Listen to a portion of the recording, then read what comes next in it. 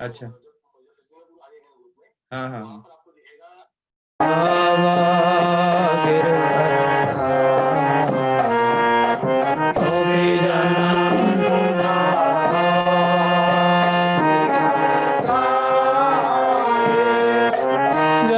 यशोदानंदन ब्रज जन रंजन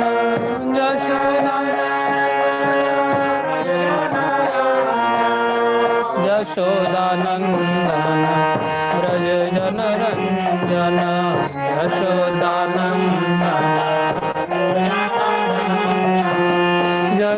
यशोदानंदन ब्रज जन रंजन यशोदानंदन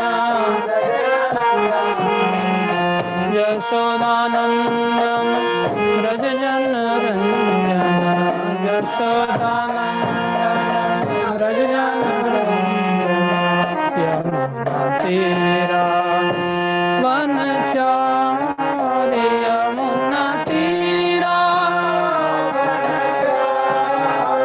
यमुना तीरा वनचारी यमुना तीरा जय राम कुंज विहारी जय राम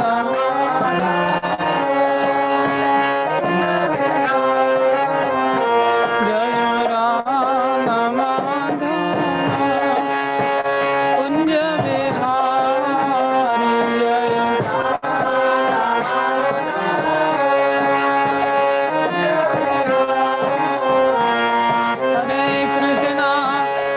हरे कृष्णा कृष्णा कृष्णा हरे हरे हरे राम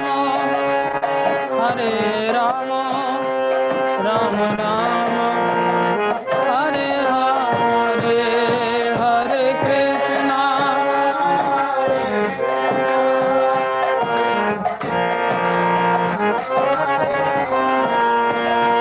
हरे राम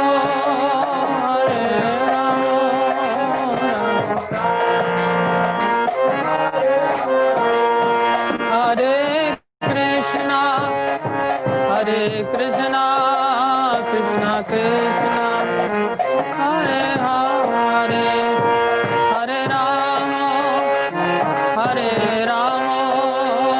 राम राम हरे हरे हरे कृष्णा कृष्णा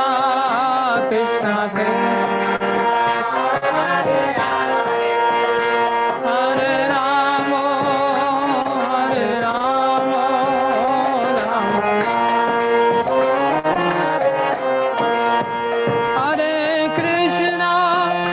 हरे कृष्णा कृष्णा कृष्णा हरे हरे हरे राम राम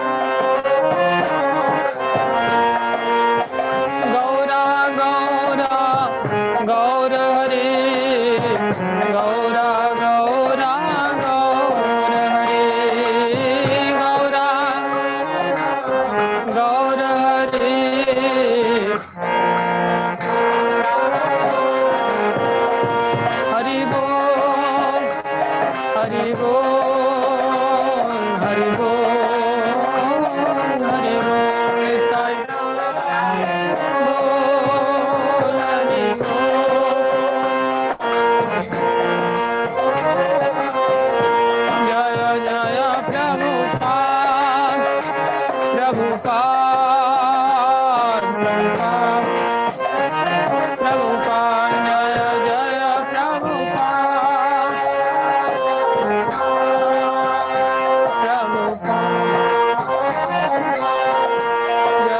जय गुरुदेव गुरुदेव गुरुदेव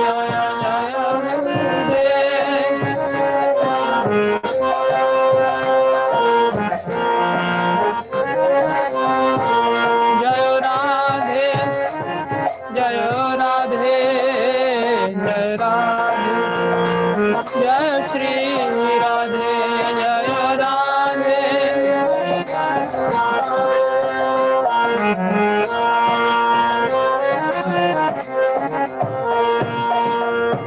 बोलो हरि राम संकीर्तन महायज्ञ की जय हरे कृष्ण महामंत्र की जय श्री श्री राधा राधा कांत भगवान की जय श्री श्री जगन्नाथ बलदेव सुभद्रा माता की जय श्री श्री गौर निताई पंच तत्व की जय प्रहलाद नरसिंह देव भगवान की जय षड गोस्वामी की जय शिला गुरु परंपरा की जय जगत गुरु शिला प्रभुपाद की जय श्री गुरु महाराज की जय अनंत कोटि वैष्णव वृंद की जय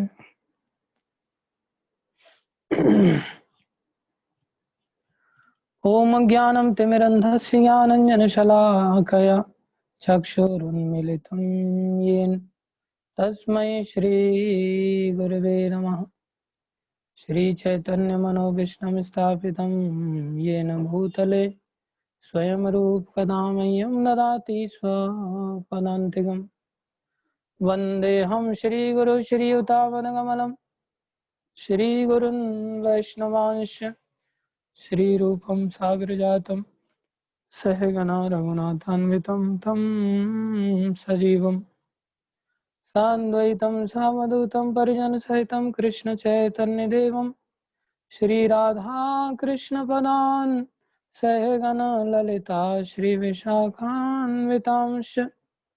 हे कृष्ण करुणा सिन्धो दीनबन्धो जगत्पते गोपेश गोपीककान्त श्री राधा कांत नमस्तुते तप्त कांचन गौरंगी राधे वृंदावनेश्वरी वृषभानुसुते देवी प्रणमामि हरिप्रिये वाञ्छाकल्पतरुभ्यश्च कृपा सिन्धुभ्य एव च पतितानां पावनेभ्यो वैष्णवेभ्यो नमो नमः जय श्री कृष्ण चैतन्य प्रभु नित्यानंद श्री अद्वैत गदाधर शिवासादि गौर भक्त वृंदा हरे कृष्ण कृष्ण कृष्ण हरे हरे हरे राम राम राम हरे हरे गुरुवे गौरचंद्राय राधिकाय तदालय कृष्णाय कृष्ण भक्ताय तद्भक्ताय नमो नमः।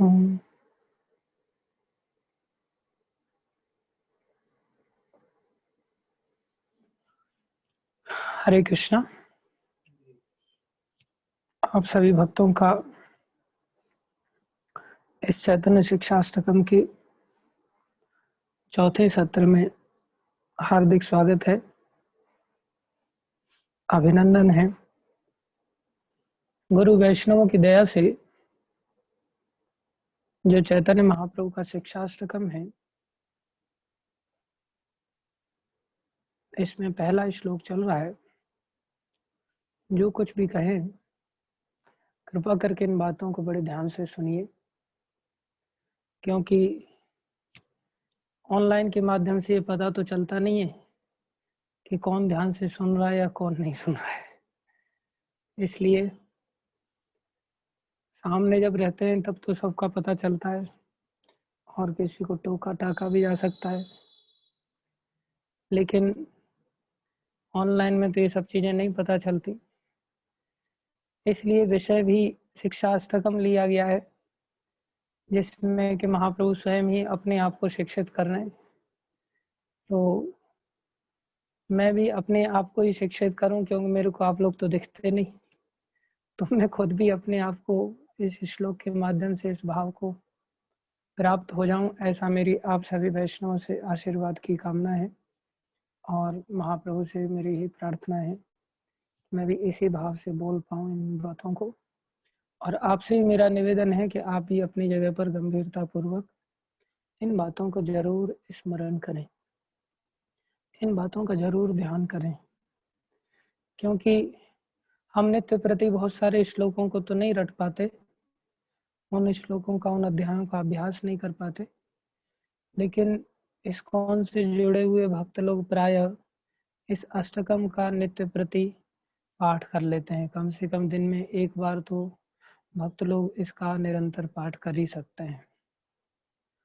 तो जब भी हम पाठ करें, हमें इनके एक एक शब्द हमारे दिमाग में आने चाहिए। वो तभी आएंगे जब हम इन शब्दों को, महिमा को अच्छी तरह से समझ पाएंगे। तो बहुत सारे भक्त लोग हरे कृष्णा दंडवत आदि भेजते हैं, मेरा आप सभी को भी दंडवत है और सभी से यही निवेदन है कि इन बातों को आप सभी ध्यान से सुनिए।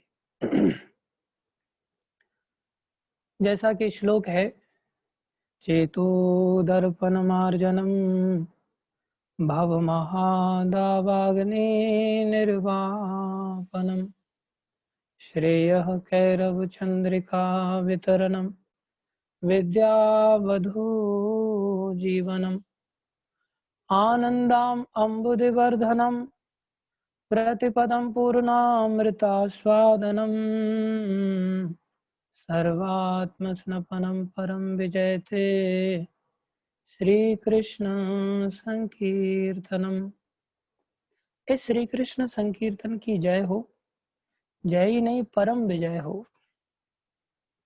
अर्थात जो हमें संसार में पतित जीवों को 7 प्रकार के फल देने वाला है। चैतन्य महाप्रभु जिन 7 फलों की बात कर रहे हैं, उनमें से 4 ये श्री कृष्ण संकीर्तन साधकों को फल देता है। साधक अवस्था में पहले 4 फल प्रदान करता है और सिद्ध अवस्था में अन्य 3 फल प्रदान करता है, जो पीछे वाले हैं। पहले 4 फलों में हम बता चुके हैं कि चित्त रूपी दर्पण का मार्जन करता है। हम सभी का चित्त इतना दूषित है कि आत्मा तो हमें क्या इसमें प्रतिफलित होती हुई दिखाई देगी, हमें ये शीशा ही नहीं दिखाई देता। शीशे में क्या चीजें हमें देखनी है, वो तो संभावना तब पता चलेगी जब शीशा साफ हो। आज की वर्तमान स्थिति तो इतनी दूषित है कि हमारा ये चित्त इतना गंदा है कि चित्त के ऊपर इतना लेप चढ़ गया है कि हमारा शीशा ही नहीं दिखता। शीशा नहीं दिखने के कारण हम बहुत सारी चीजों को नहीं समझ पाते जैसी कि वो हैं। अब चित्त नहीं समझ में आ रहा है तो बुद्धि कहाँ से समझ में आएगी। जैसे चित्त गंदा है तो चित्त से मन जो है फाइल उठाता है और फिर बुद्धि के द्वारा उन फाइलों के ऊपर निर्णय चाहता है। तो बुद्धि ने भी कभी चित्त को मार्जन तो किया नहीं, चित्त के अंदर ज्ञान के संस्कार हैं नहीं, तो ज्ञान की फाइल मन कहाँ से उठाए अथवा बुद्धि कहाँ से उठाए। जनरली चित्त एक स्टोर हाउस की तरह होता है, जहां से मन संस्कारों की फाइलों को उठाता है और उठा करके कार्य करता है। उसी चित्त में ज्ञान के भी संस्कार के फाइल यदि होते हैं तो बुद्धि भी उस स्टोर हाउस में से फाइल उठाती है और उस ज्ञान के आधार पर मन के साथ दलीलें करती है। लेकिन ज्ञान के संस्कार नहीं होने के कारण बुद्धि भी गंदी फाइलों को ही उठाती है और फिर मन बुद्धि दोनों मिलकर के मिथ्या अहंकार का पोषण करते हैं और विषयों को भोगते हैं अविद्या से ग्रसित होकर के। इतने गिर जाते हैं कि विषयों का भी हमें जानकारी नहीं होता। विचार करो, मन क्या है ये भी हमें समझ नहीं आएगा, क्योंकि पूरी तरह से हमारा शीशा ढक गया है। बुद्धि भी हमें समझ नहीं आती हमारी जो इंद्रियां ये भी हमें समझ नहीं आती, हमारा जो शरीर है इसको भी हम नहीं समझ पाते। स्थूल शरीर का भी ज्ञान हमें नहीं है कि स्थूल शरीर में हमें कौन कौन से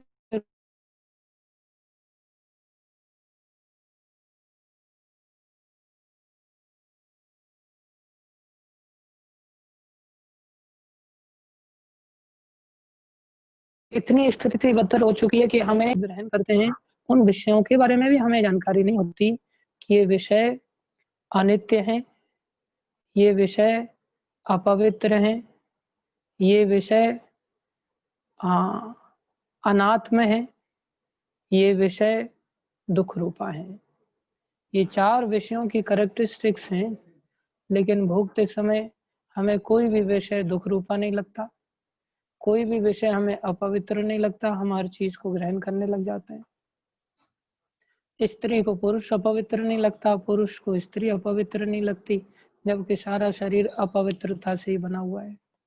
कोई भी शरीर का एक एक अंग अगर हम ले लें, चमड़ी ले लें, हड्डियां ले लें, खून ले लें, थूक ले लें, या कोई भी शरीर का एक एक अवयव अगर हम लेते हैं तो हर चीज अपने आप में अपवित्र है, लेकिन फिर भी हम आकर्षित होकर के आलिंगन करते हैं, अर्थात हम इन्हें अपवित्र नहीं समझ पाते हैं, अनात्म नहीं समझ पाते हैं हम इनको कि ये जड़ वस्तु।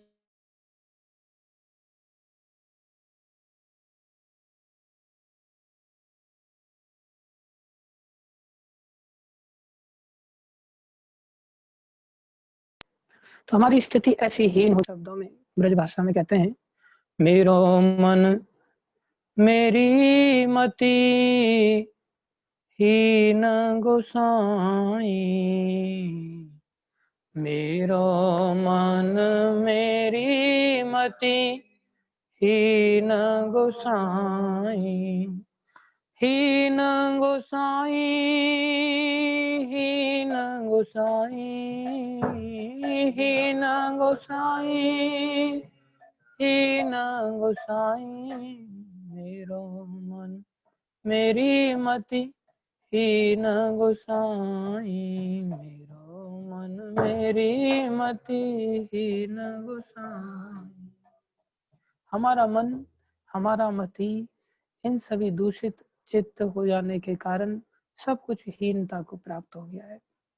इसलिए संसार में हम अपनी इस दृष्टि से आत्मा को देखना तो बहुत दूर की बात है, जिस दोष से, जिस गंदगी से आज हम दूषित होकर के हमने चित्त को ढक लिया है, वो गंदगी की आंखों पे चश्मा लग जाए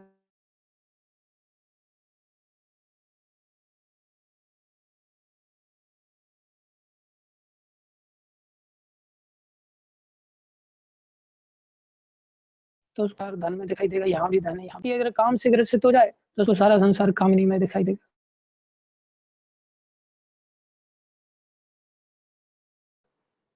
कोई व्यक्ति अगर धीर हो जाए, कल एक बड़ा सुंदर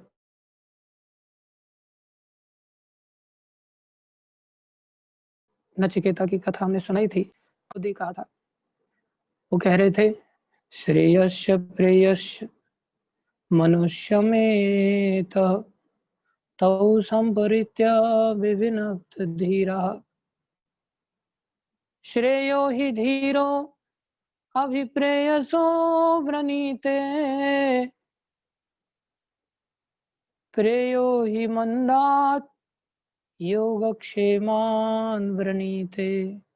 हम योगक्षेम को वर्ण करते हैं क्योंकि हम अधीर हैं, हम धीर नहीं है।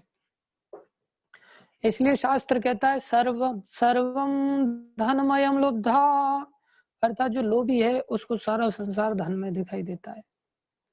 काम का कामिनी मयम, कामुक व्यक्ति को सारा संसार कामनी में दिखाई देता है। जैसे नवयुवक है, काम वासना से दूषित है, उसको सारे संसार में जवान स्त्रियां ही दिखाई देंगी, जबकि बूढ़ी स्त्रियां, बच्चियां कम नहीं है, फिर भी उसको जवान स्त्रियां ही दिखती है।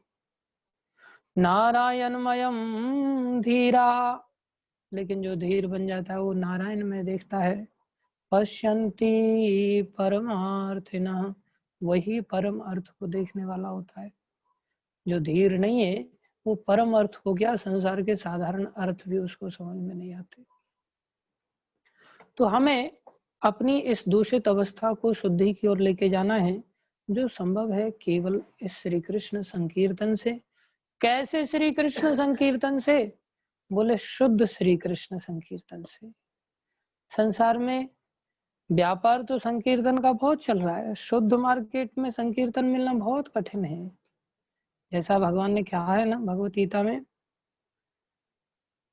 बहुनाम जन्मनामन्ते ज्ञानवान माम प्रपद्यते वासुदेवं सर्वमिति स महात्मा सुदुर्लभ।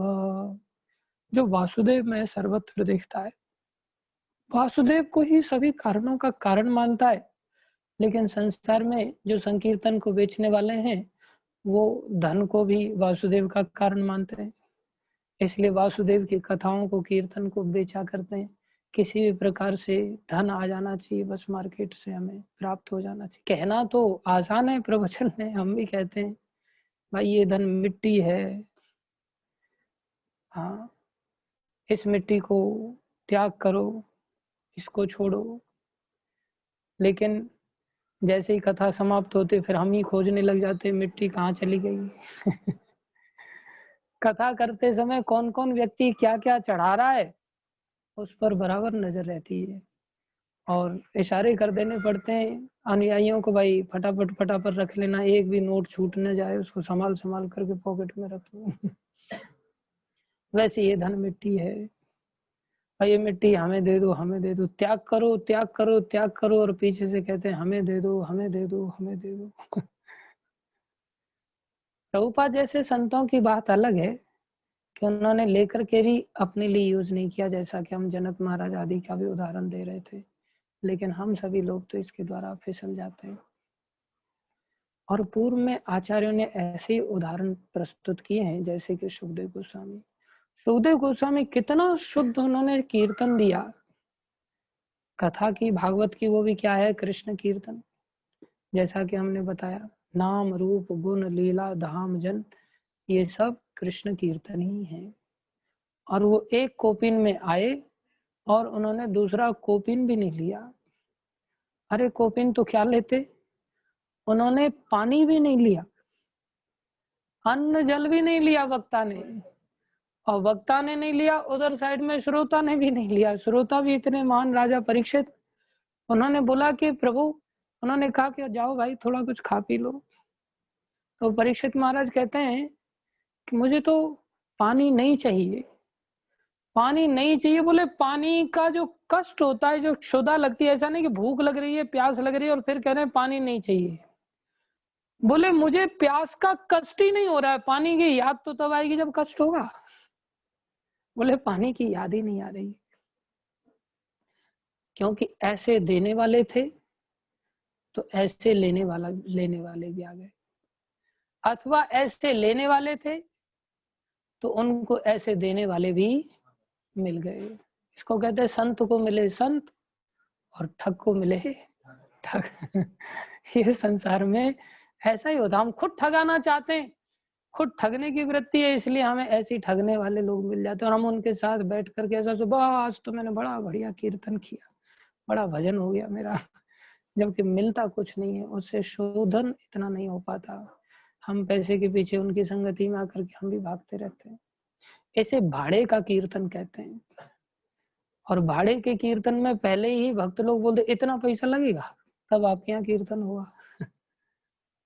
तो कीर्तन कौन सा कहलाएगा, भाड़े का। तो भाड़े के कीर्तन से कहीं चेतोदर्पण मार्जन होगा। भाड़े के कीर्तन से तो हमें भोजन आदि की थोड़ी सुविधाएं वाले मिल जाएंगी, भाड़े के कीर्तन से हम कभी भी चित्त रूपी दर्पण को मार्जन नहीं कर सकते। कबीरदास के पुत्र थे, उन्होंने अपने पुत्र को देखा कि ये कथा कहने के लिए गया कहीं, कमाल नाम था उसका, और कथा से बोले धन लेकर के आ गया घर में, कथा करके जो दक्षिणा मिलती है उसको लेके घर में आ गया। बड़ा बुरा लगा उनको। ऐसे कोई अगर बाप देखे कि हमारा बेटा तो इतना बड़ा व्यास बन गया है और बड़ा सारा धन दौलत ला करके, एक कोठी यहाँ, एक फ्लैट यहाँ, एक गाड़ी यहाँ, एक गाड़ी वहाँ, सब जगह हम प्रशंसा करते फिरते, मेरा बेटा बड़ा महान है, लेकिन कबीरदास जी ने बड़े तीखे वचनों में उनको संबोधित किया। कहने लगे, डूबा वंश कबीर का, डूबा वंश कबीर का, उपजा पूत कमाल, उपजा पूत कमाल। हरि सुमिरन को छोड़ के, हरि सुमिरन को छोड़ के, घर में लाया माल, घर में लाया माल। बोले बेवकूफ, गधा ऐसा पैदा हो गया, इसने तो पूरा वंश ही डुबो दिया। बोले माल लेकर के आ रहा है घर में। मंदिरों में भी जो भक्त डोनेशन ज्यादा लेकर के आते हैं बड़े प्यारे बन जाते हैं। जो डोनेशन नहीं लाते वो भक्त लोगों को दाएं बाएं करके कैसे भी करके पॉलिटिक्स का शिकार हो जाते बेचारे। खैर, ये वृत्ति अच्छी नहीं है, लेकिन कबीरदास के पुत्र को ये बात चुभ गई और बड़ी अच्छी कथा करते थे। उन्होंने फिर कथा कहना बंद कर दिया। गांव वाले, भाई आप कथा तो करो। बोले मैं भूल करके भी अगर आप लोग यहाँ पर मेरे पीछे भी अगर ला करके घर पे दे करके चले गए तो फिर मैं आगे से कभी कथा नहीं करूंगा। और उन्होंने फिर कभी भी संग्रह नहीं किया। इस दृश्य को देख करके कबीरदास ने फिर कहा, कौड़ी से हीरा भया, कौड़ी से हीरा भया, हीरा से भया लाल, हीरा से भया लाल।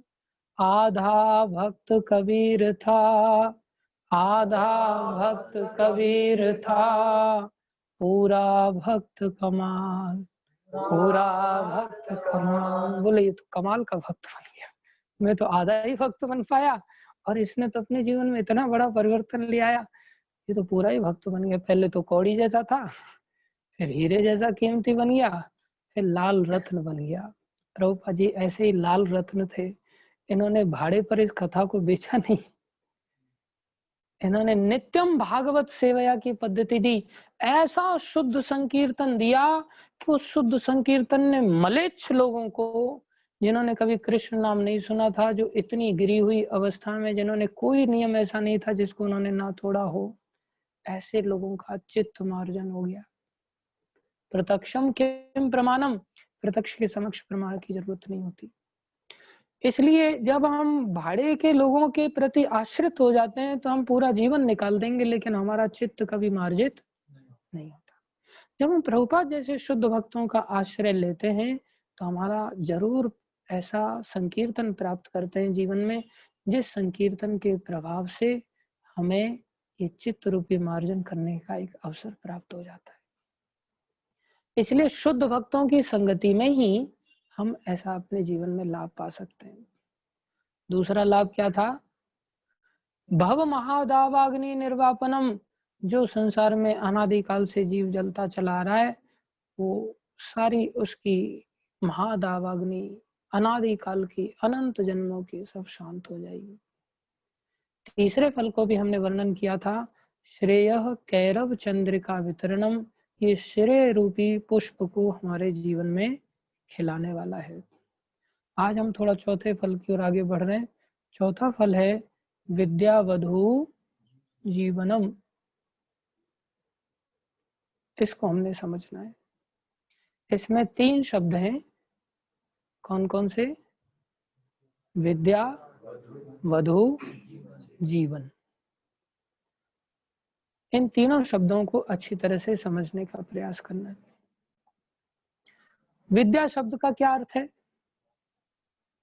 विद्या शब्द का क्या अर्थ है? विद्या शब्द विद धातु से बनता है। विद माने जानना, किसी चीज की जानकारी होना। जिस बारे में हमें जानकारी है, इसका मतलब हमारे पास उस विषय की क्या है? विद्या है। जैसे हमें इलेक्ट्रिसिटी का काम करने की अगर जानकारी है तो हमारे पास कौन सी विद्या है? विद्युत विद्या है। कौन सी विद्या है? विद्युत विद्या है। हमारे पास बहुत सारी मशीनरीज हैं, कोई ट्रैक्टर बना लेता है, कोई प्लेन बना लेता है, कोई केमिस्ट्री की विद्या रखता है, कोई किसी चीज की विद्या रखता है। तो अलग अलग प्रकार की संसार में क्या हैं, विद्याएं हैं। लेकिन इन विद्याओं को शास्त्र दो प्रकार से विभाजित करता है। एक विद्या को अपरा विद्या कहा जाता है और दूसरी विद्या को परा विद्या कहा जाता है। विद्या जिसके द्वारा हम किसी चीज की जानकारी प्राप्त कर लें वो क्या कहलाती है, विद्या। तो विद्या इस जानकारी के आधार पर दो प्रकार की होती है। कौन कौन सी, अपरा और परा। परा मतलब परे की विद्या, अपरा मतलब यहाँ की विद्या। तो अपरा विद्या में क्या क्या आता है, संसार में बहुत सारी जो विषय हैं ये सब अपरा विद्या के अंतर्गत आते हैं। और परा विद्या में क्या आता है, बोले परा विद्या उसको कहते हैं जिसके जानने पर संसार में कुछ और जानने के लिए शेष ना रहे, उसको क्या कहते हैं, परा विद्या। तो कौन सी विद्या श्रेष्ठ हुई फिर। अब कोई व्यक्ति परा विद्या का अर्थ क्या है, किसको जानने पर कुछ भी संसार में शेष नहीं रहेगा, भगवान श्री कृष्ण को। क्यों, क्योंकि भगवान संसार के मूल हैं, मध्य हैं और अंत हैं। ईश्वरः परमः कृष्णः सच्चिदानंद विग्रह अनादिर आदिर गोविंद सर्व कारण कारणम। भगवान सभी कारणों के कारण है। यदि हम भगवान को जान लेते हैं तो संसार में कुछ भी जानने के लिए शेष नहीं रह जाता। अब भगवान को जानने वाले व्यक्ति को अगर ड्राइविंग नहीं आती तो क्या वो अज्ञानी माना जाएगा। फिर बोले अन्य विद्याएं आए या ना आए, वो सभी से श्रेष्ठ है। सिर्फ एक विद्या को जानने के कारण, कौन सी विद्या, परा विद्या, भगवान को जानने वाली विद्या। इसलिए विद्या किसको कहा शास्त्र ने, बोले सा विद्या या विमुक्तये, ऐसी विद्या जिसके द्वारा आदमी मुक्ति को प्राप्त हो जाए। विशेष रूप से सा विद्या या विमुक्तये, जिसके द्वारा विशेष रूप से आदमी मुक्त हो जाए, उसको विद्या कहते हैं। इसी बात को प्रहलाद महाराज अपने पिता हिरण्यकश्यपु को व्यक्त करते हैं। बोले पिताश्री, आप मेरे से अगर पूछना चाहते हो कि विद्या में आपने क्या सीखा, तो मैंने तो यही सीखा, इति पुंसार पिता विष्णु। बोले जो कुछ भी किया जाए वो सब कुछ किसके लिए किया जाए, भगवान विष्णु को अर्पित करने के लिए किया जाए। इसलिए उन्होंने जो नवदा भक्ति के 9 अंग बताए, उसमें पहले से ही उन्होंने क्या बोला, श्रवणम कीर्तनम विष्णु। अब देखो हम लोग भक्ति करते हैं, कई बार तो हम भक्ति करते हैं लेकिन हमारी वो भक्ति विष्णु भगवान को अर्पित नहीं कर पाते।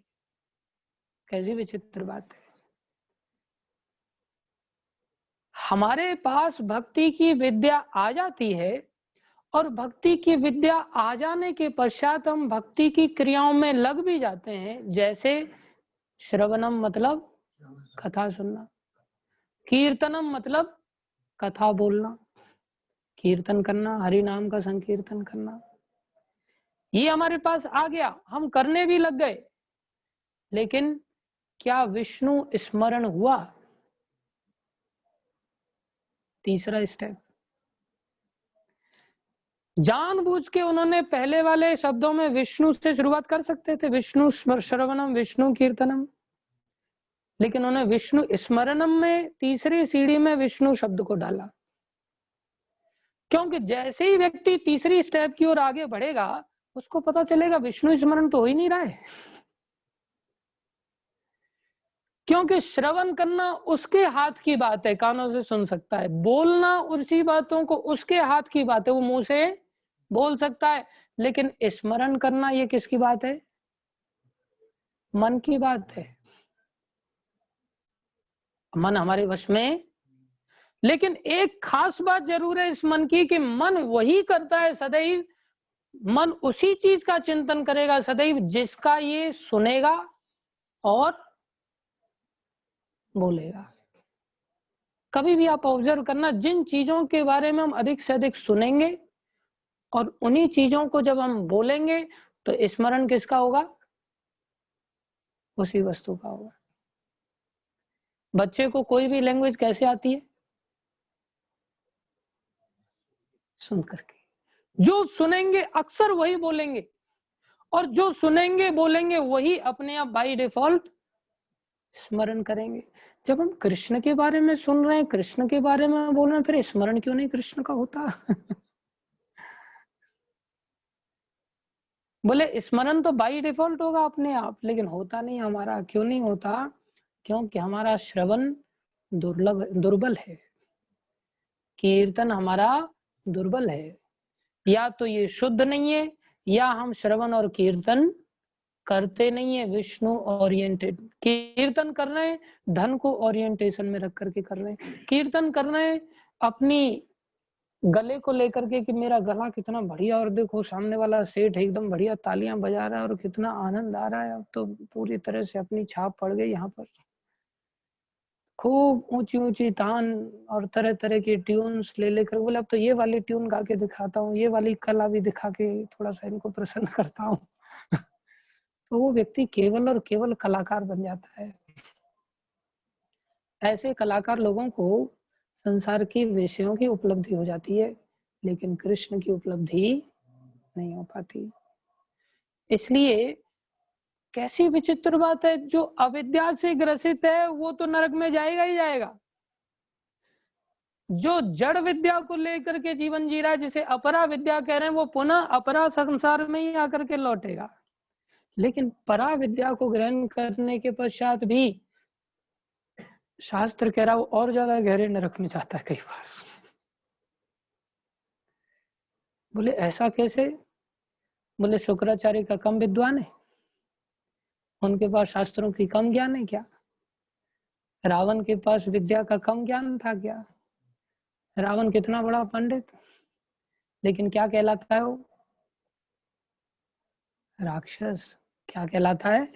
राक्षस कहलाता है। इसलिए हमारी विद्या यदि विष्णु अर्पिता नहीं है तो वो विद्या होते हुए भी विद्या नहीं कहलाएगी। इसलिए विद्या का लक्ष्य अहमता नहीं होना चाहिए। विद्या का लक्ष्य अहमता अगर आ जाएगा, मैं अगर आ जाएगा, बोले मैं इतना बड़ा विद्वान हूँ, मेरे को इतने सारे श्लोक कंठस्थ हैं, मैं अपनी थोड़ी सी विद्वता दिखाता हूँ, और गुरुजी कह रहे हैं कि बेटा तू चुपचाप पहले बर्तन मांज, झाड़ू लगा, भगवान की ड्यूटी। गुरुजी मेरे को समझ ही नहीं पा रहे हैं मेरे अंदर कैसी विशेष क्षमता है। 1000 श्लोक याद है मेरे को, मार्केट में जाने तो एक बार आपके लिए कितनी सारी दक्षिणा ला करके चढ़ा दूंगा। और गुरुजी असली के चक्कर में पड़ गया बेचारा। असली गुरु का नहीं तो बेटा पहले बर्तन साफ कर, यहाँ पर झाड़ू लगा, पोछा लगा, तेरी ये विद्या का प्रदर्शन करने की आवश्यकता भी नहीं। तो गुरु को छोड़ करके अपना नया संस्था बना लेता है व्यक्ति, और फिर अपनी विद्या को संसार में अनेकों चैनल बना करके, चाहे गुरु से परमिशन मिला है नहीं मिला है उसको कोई लेना देना नहीं। ये बड़ा खतरनाक मामला हो जाता है। और बस फिर एक ही चीज दिखाई दी, यूट्यूब पर मेरे इतने सब्सक्राइबर हैं, मेरे इतने फॉलोअर हो गए, दूसरों को बताता रहता, रात दिन फेसबुक यूट्यूब, बस उसमें से फिर कभी निकल के नहीं आ पाता। और मूर्ख लोग ऐसे बेचारे मिल जाते हैं उसको, उसके लिए तालियां भी बजाते रहते हैं। उसके अंदर ऐसा जुनून होता है, जबकि होना चाहिए हमें कोई कहे भाई चलो तुम करो, तुम इतने अच्छे भक्त हो, तुम कुछ क्यों नहीं करते। ऐसा होता है कि हम अंदर अंदर इतने लालसा भरी रहती, कब मेरे को क्लास लेने का मौका दिया जाएगा। बैठते ही बोले मैं सबको एकदम से भक्त बना दूंगा, बस बोलने तो मौका तो मिले। कभी कोई ऐसा सोचता है कि मेरे को विनम्रता के कारण, विद्या से मेरे को विनम्रता लानी चाहिए। गीता में भगवान कह रहे विद्या विनय संपन्न है। इसलिए कोई व्यक्ति दूसरा बर्तन धो रहा है तो उसको लेकर के आदमी सोचे कब मेरे को मौका मिलेगा कि मैं ये बर्तन धोऊं। एक वक्त मेरा जूनियर अचानक से वो बेचारा आया, और मैं बर्तन साफ कर रहा था, कहीं से मैं प्रचार करके रात को 11 बजे आया, तो बर्तन बड़े सारे रखे हुए थे, भक्त लोग नए थे, वो बेचारे सो गए, उन्होंने सोचा सुबह बर्तन धो देंगे। लेकिन मैं चाहता था कि स्टैंडर्ड थोड़ा मेंटेन होना चाहिए बेस का, तो मैं बर्तन धोने लग गया आकर के, जिससे कि कल सुबह उठ के ये भक्त लोग देखेंगे तो कल से बर्तन छोड़ेंगे नहीं रात को। मैं बर्तन धोने लग गया, वो दूसरा वक्त माला लेकर के हॉल में आगे पीछे कर रहा है। फिर वो मेरे को माला करते करते कह रहा है, प्रभु जी हम चाहते हैं कि आपके ऊपर लोड ना हो, इसलिए फाइनेंस हम हैंडल करेंगे, आप प्रचार हैंडल करो। मतलब फाइनेंस किस प्रकार से हैंडल करो? बोले जो भी पैसा आएगा उसको मैं हैंडल करूंगा, लाएंगे आप ही।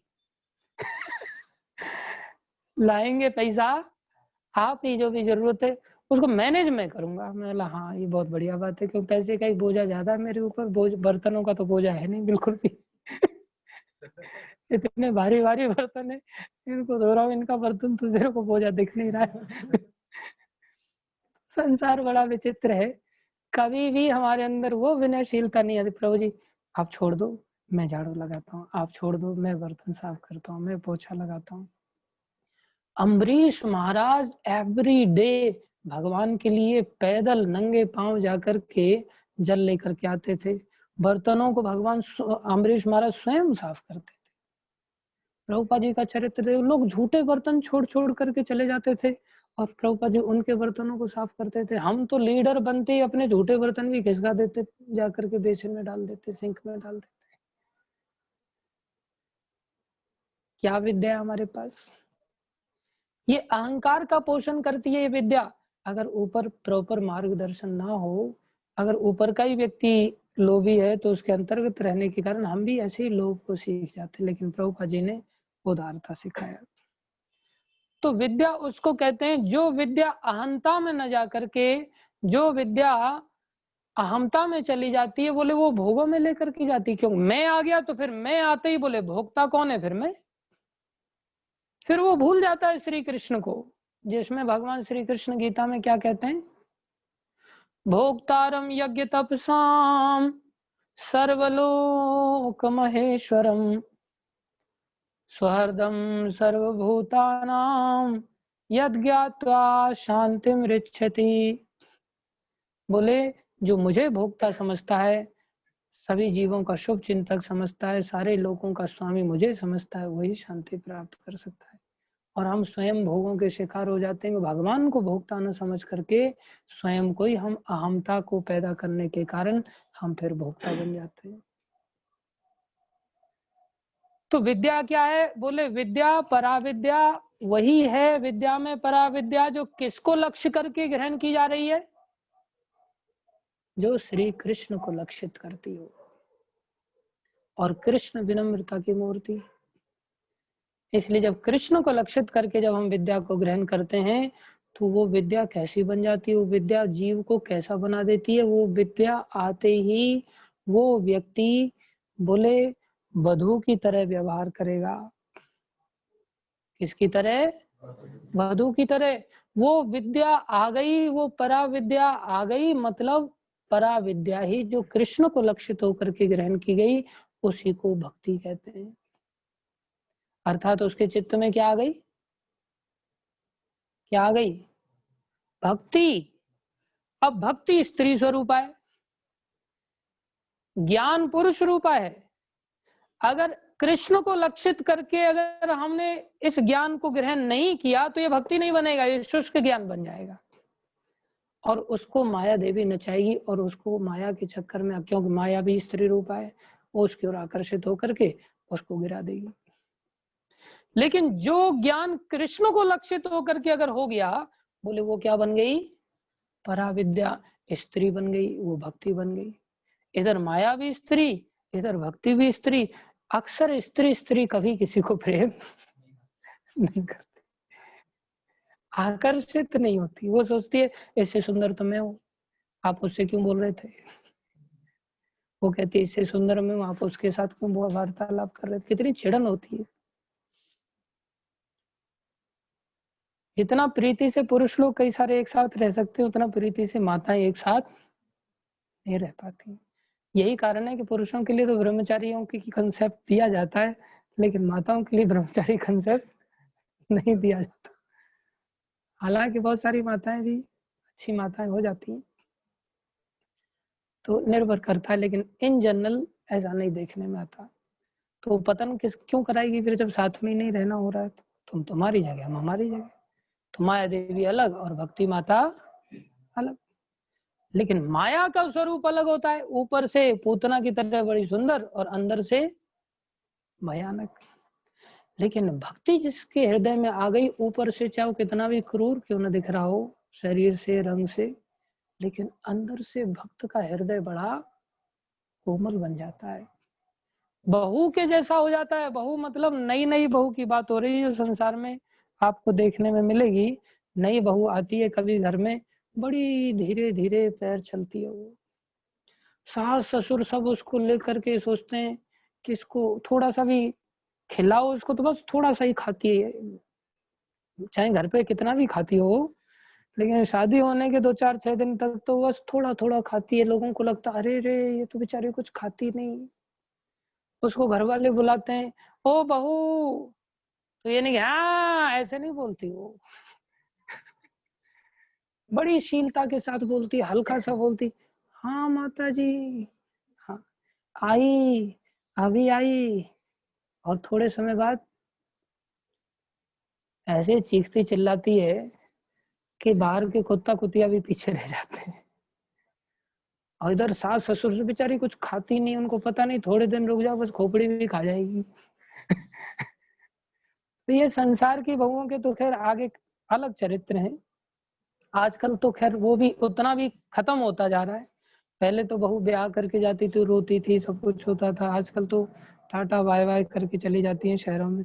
टाटा भी खत्म होगा तो बाय बाय नया कल्चर आ गया और चले जाते हैं। बहू की जो शीलता है, जो शील गुण है, उनके अंदर नहीं देखा जाता। लेकिन वधू के, विशेष रूप से नव वधू के अंदर ऐसे शीलता के गुण पाए जाते हैं। उनके अंदर बहुत कोमलता पाई जाती है, उनके अंदर विनम्रता पाई जाती है, मृदुता पाई जाती है, मिठास पाई जाती है। ये सारे लक्षण किसके अंदर आ जाते हैं? भक्ति के अंदर आ जाते हैं। लेकिन हमारे साथ भी ऐसा देखने में आता है कि भक्त लोग भी शुरुआत में जब जुड़ते तब उनके अंदर ऐसे लक्षण देखे जाते बड़ी विनम्रता वाले। थोड़े समय बाद तब हम भी हाँ, हाँ। पहले तो प्रभु जी प्रभु जी प्रभु जी, पहले तो सीधा आते एकदम पूरा दंडवत, फिर धीरे धीरे वो दंडवत खत्म हो जाए, फिर पंचकोनी खाली, फिर पंचकोनी भी खत्म हो जाए, हरे कृष्णा। फिर थोड़े समय बाद तो फिर हम ही नरसिंह कवच डाल करके और फिर दुपट्टे वगैरह डाल करके, हाँ हरे कृष्णा प्रभु जी, और सब ठीक ठाक चल रहा है, मैंने यहाँ प्रचार केंद्र खोल दिया, यहाँ कर दिया, वहां कर दिया। वो सोचता है इससे ज्यादा फॉलोअर तो मेरे हो गया, मैं इसको क्यों प्रणाम करूं। तो ये सारी जो संसार की वधुएं हैं, पूतना वाला खेल जो है, ये शुरुआत की मृदुता वाला संसार में खूब चलता है। लेकिन जिसके हृदय में भक्ति आ जाए ना, जो इस विद्या के द्वारा प्राप्त होता है, ये विद्या कौन देता है? ये श्री कृष्ण संकीर्तन। ये श्री कृष्ण संकीर्तन से हमारे जीवन में ऐसी विद्या आ जाती है और हम फिर इतने कोमल, इतने मिठास के साथ, इतना विनम्रता के साथ व्यवहार करते हैं। और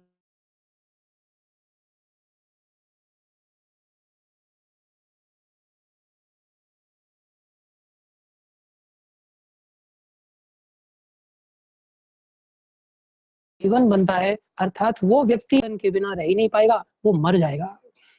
इसलिए जीवनम मतलब उसके प्राण है। कौन प्राण है? श्री कृष्ण संकीर्तनम। श्री कृष्ण संकीर्तन से ही उसके जीवन में विद्या आई। कौन सी विद्या आई? परा विद्या आई। परा विद्या का लक्षण कैसा होगा? भक्ति रूपी वधु जैसा होगा। और उस लक्षण को जैसे ही वो प्राप्त करेगा, अब उसके बिना नहीं रह सकता। जैसे कोई जान नहीं पहचान नहीं, अचानक से कोई पुरुष किसी स्त्री को ब्याह करके लेकर के आया और उसके साथ संबंध स्थापित हो गया, धीरे धीरे करके ऐसा प्रेम तक ऊपर उठा कि अब वो स्त्री उसके बिना जीवित नहीं रह सकती, सती स्त्री की भांति। इसी प्रकार हरिनाम संकीर्तन से ही हमारा चित्त ऐसा बना, और ऐसा एक बार बन गया फिर हम इसके बिना जीवित नहीं रह सकते। इसलिए किसी व्यक्ति की निरंतरता यदि कृष्ण कीर्तन की बनी हुई है तो समझ लो उसके अंदर ऐसी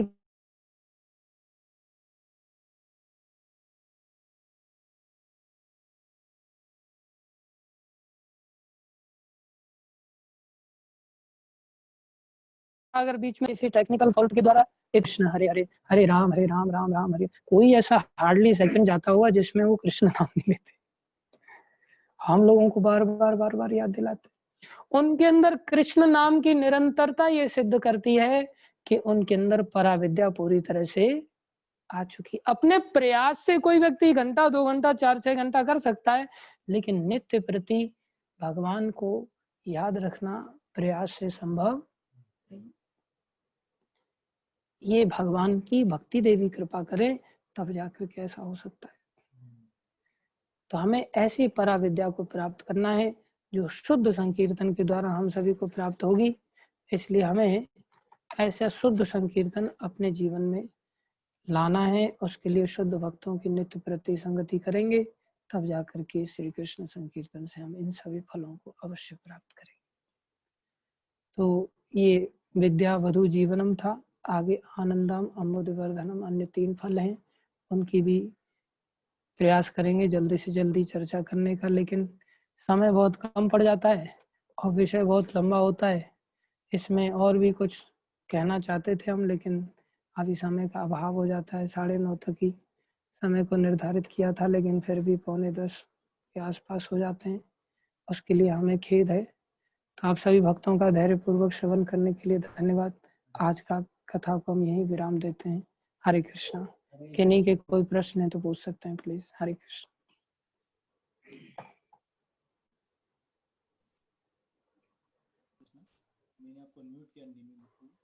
हरे कृष्णा। हरे कृष्णा जी के दास प्रभु, आपको मैंने अनम्यूट किया, आप अनम्यूट कर लीजिए अपने आप को। हरे कृष्णा प्रभु जी, दंडवत प्रणाम प्रभु जी। हरे कृष्णा धन्यवाद प्रभु। प्रभु जी, जैसे हम लोगों ने जैसे शीला हरिदास ठाकुर के बारे में सुना है कि 3 लाख नाम जॉब करते थे, नाम लेते थे डेली, तो वो एक्चुअली कितना राउंड होती है बेसिकली, वो थोड़ा सा एक बार क्लैरिफाई कर देंगे। 192 राउंड्स, मतलब 64 plus 64 plus 64 in that way. जी हाँ। ओके, 64 राउंड से 1 लाख होता है।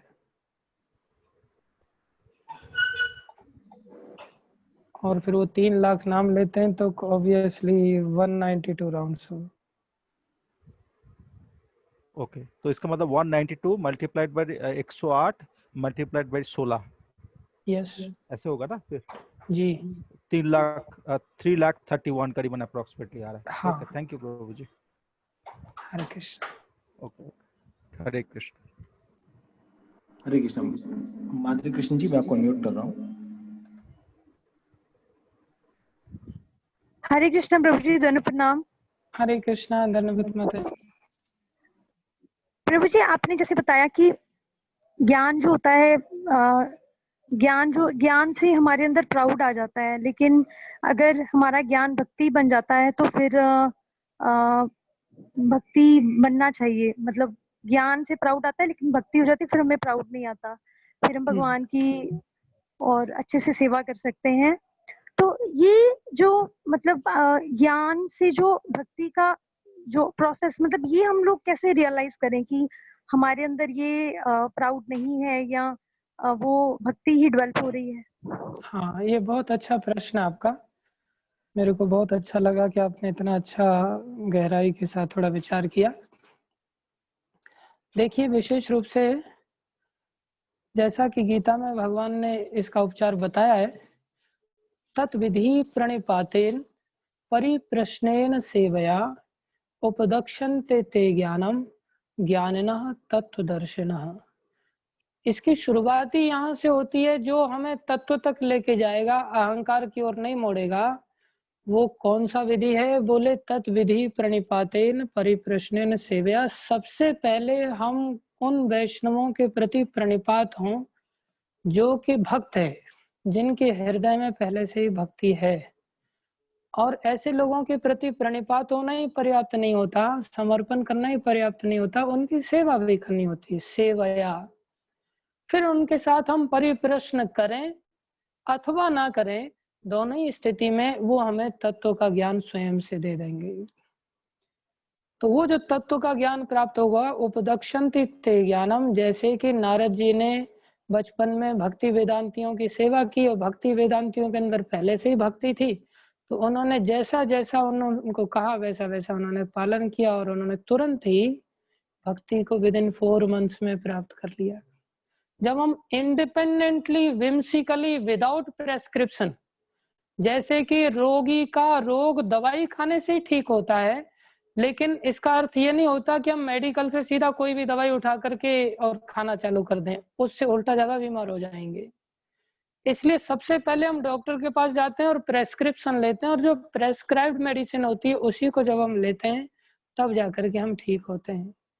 इसी प्रकार शास्त्र बड़े सारे हैं और बड़ी सारी कथावाचक भी हैं और कहने सुनने वाले लोग भी हैं, लेकिन जब तक हम किसी व्यक्ति विशेष से, प्रॉपर प्रामाणिक व्यक्ति से जब तक हम अपने जीवन का प्रेस्क्रिप्शन नहीं लेते, उनके द्वारा मार्गदर्शन के आधार पर भक्ति के शास्त्रों का, भक्ति की क्रियाओं का अनुशीलन नहीं करते, तब तक हम उसी प्रकार से माने जाते हैं कि हम कोई भी अपनी इच्छा अनुसार मेडिकल में से डब्बा खोल करके कोई भी दवाई खा रहे हैं, कोई भी दवाई बीमारी को समझते हुए।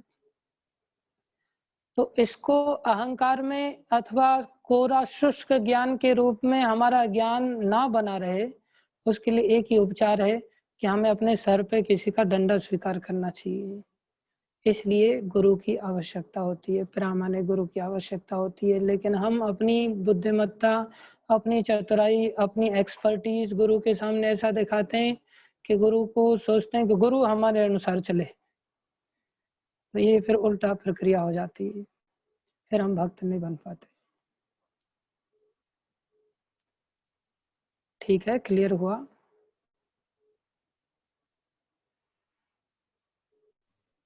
हरे कृष्ण जी, आदि कोई का एक प्रश्न है, how to use our Apara Vidya for परा विद्या। हाँ, मैं सुन नहीं पाया, थोड़ा जोर से बोलिए please. How to use our Apara Vidya for परा विद्या। ओके, इसके लिए पहले परा विद्या का होना बड़ा जरूरी है। जैसे अर्जुन है, अर्जुन पहले भक्त हैं और उनके अंदर अपरा विद्या के रूप में धनुर्विद्या आदि सब कुछ वो जानते हैं। भीमसेन आदि के पास भी गदा विद्या की जानकारी है, तो उन्होंने कृष्ण के आदेश के लिए सारी जड़ विद्याओं का उपयोग किया। लेकिन पहले हम परा विद्या ग्रहण करें, उसके बाद अपरा विद्या की ओर जाएं, तभी ऐसा संभव होगा। लेकिन आजकल बच्चों को लोग इस प्रकार की शिक्षा नहीं दे पाते, पहले अपरा विद्या देते हैं और उससे उसका दिमाग खराब हो जाता है, अहंकार जागृत हो जाता है। फिर उस अहंकार को नष्ट करके उसकी वास्तविक स्थिति उसको समझाना कि भाई तुम तृणादपि सुनिचिन, तुम्हारी औकात पत्ते के बराबर भी नहीं है, उसको ये समझाना बहुत भारी पड़ जाता है। इसलिए जब तक हम परा विद्या पहले ना लें, तब तक हम अपरा विद्या का उसके लिए उपयोग कर पाना हमारे लिए कठिन होगा।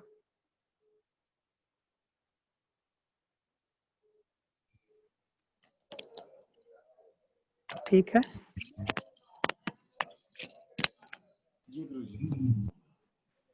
Anything else? माधु जी फिर से क्वेश्चन पूछना चाह रही है जी। आपको मैंने अनम्यूट किया, पूछ सकता हूँ अपना क्वेश्चन।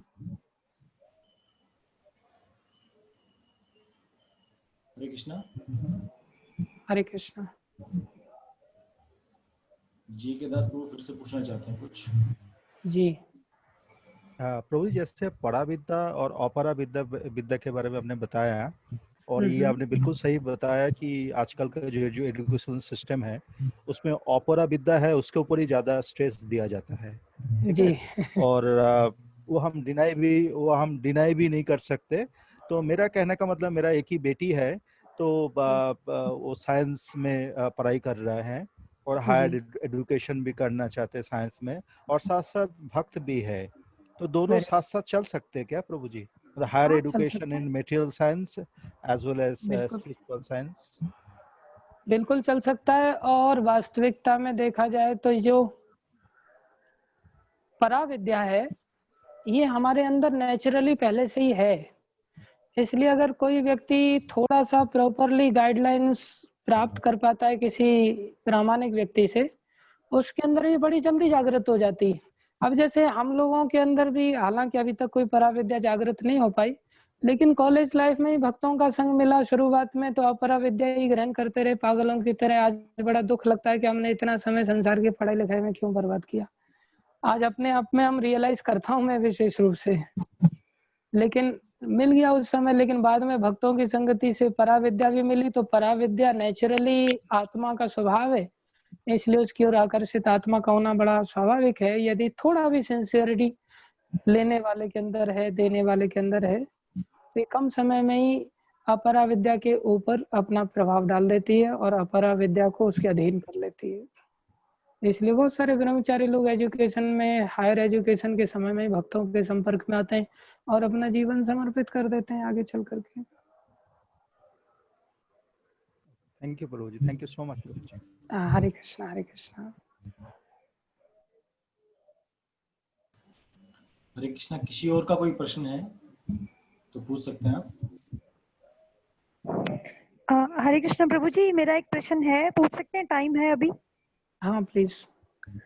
प्रभु जी, जैसे आपने विष्णु जी के बारे में बताया, आप जब लेक्चर कर रहे थे तो आपने विष्णु जी के बारे में बार बार मतलब बोला, तो भगवान श्री कृष्ण और विष्णु जी में कोई अंतर है? जैसे थोड़ा सा ये मतलब सुना था और पढ़ा है, अभी मेरे को क्लियर नहीं है, मैं आपसे क्लैरिफिकेशन आपसे ही पूछ रही हूँ। जैसे कहते गोलोक धाम में भगवान श्री कृष्ण है और जो वृंदावन धाम है यहाँ पर जहाँ पर हम दर्शन के लिए जाते हैं, वृंदावन धाम में भगवान कृष्ण हैं, वो अपने धाम को कभी छोड़कर नहीं जाते। और विष्णु जी भी कितने मतलब क्षीरोदक्षाई विष्णु भी हैं, कारणोदक्षाई विष्णु जी भी हैं, और तो ये थोड़ा सा अगर आप क्लियर करें please. Thank you. Hare Krishna. इसको वैसे क्लियर करने के लिए बहुत समय लगता है, लेकिन संक्षेप में मैं आपको एक उदाहरण से क्लियर करना चाहूंगा। जैसे आकाश में चंद्रमा एक है या कई सारे हैं, बताएं? चंद्रमा प्रभु जी एक ही है। एक ही है, एक ही लेकिन है वो प्रभु जी। अलग अलग दिनों में अलग अलग रूप से प्रकाशित होते हैं। जैसे एकादशी का चंद्रमा का साइज अलग होता है, अमावस्या के दिन चंद्रमा दिखता ही नहीं है, प्रतिपदा को अलग होता है, द्वितीया को अलग, चतुर्थी को अलग, पंचमी को अलग, दशमी को अलग, समझ रहे हैं? लेकिन पूर्णिमा के दिन जो चंद्रमा होता है वो पूर्ण होता है वो एक ही, लेकिन जब पूर्णिमा के दिन प्रकाशित करता है अपने आप को तो पूर्ण रूप से करता है। बाकी दिनों में अपने आप को जितनी आवश्यकता है उस दिन के अनुसार उतना ही मात्रा में अपना प्रकाश करता है। इसी प्रकार भगवान विष्णु में और कृष्ण में वैसे तत्वतः कोई अंतर नहीं है, सभी कृष्ण ही हैं, लेकिन कृष्ण पूर्णिमा के चंद्र की तरह हैं और भगवान के अन्य अवतार अलग अलग तिथियों के चंद्रमा की तरह है, जो किसी विशेष आवश्यकता के लिए संसार में उतना ही लीलाओं का प्रकाश करते हैं। तो जैसे पूर्णिमा का चंद्र सबको प्रिय लगता है, ऐसे ही श्री कृष्ण सबके सभी अवतारों के ऊपर प्रिय लगते हैं।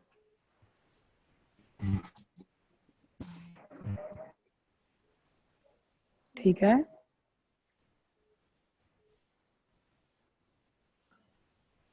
हरे कृष्णा। किसी और का कोई प्रश्न है? हरे कृष्णा। किसी और कोई प्रश्न है?